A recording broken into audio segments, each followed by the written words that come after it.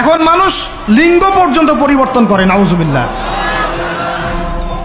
জেনা, সুদ আর ঘুষ আর ব্যভিচার আর অশ্লীলতার সয়লাভ চলতেছে আমাদের শহরগুলোতে। এই শীতকালের মৌসুম বিভিন্ন জায়গায় ধুম ধারাক্কা গান বাজতেছে, দেখেন না আপনারা?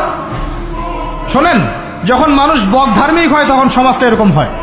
আপনি মনে করছেন নামাজ তো আমি 5 ওয়াক্ত পড়ি, আমার তো কোনো সমস্যা নাই, রোজা তো আমি রাখি, কোনো সমস্যা নাই, সৎ কাজে আদেশ তো করতেছেন, অসৎ কাজের কোনো নিষেধ নাই, তখন সমাজটা কেমন হবে জানেন? সমাজটা হবে এমন, মসজিদে নামাজও হবে, পাশে পিকনিকের এরকম ঢোল তবলা বাজবে। কারণ সৎ কাজে আদেশ তো আপনি করছেন, অসৎ কাজে নিষেধ নাই। সমাজ পরিবর্তন হবে তখনই যখন সৎ কাজের আদেশের সাথে সাথে বলেন অসৎ কাজে নিষেধও থাকবে।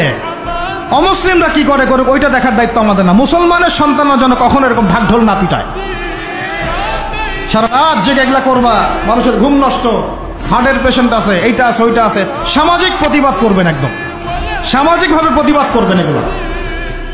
এগুলো বন্ধ না করতে পারলে আমাদের সমাজের নূর নষ্ট হয়ে যাবে। এখন যে কথাটায় আসেন,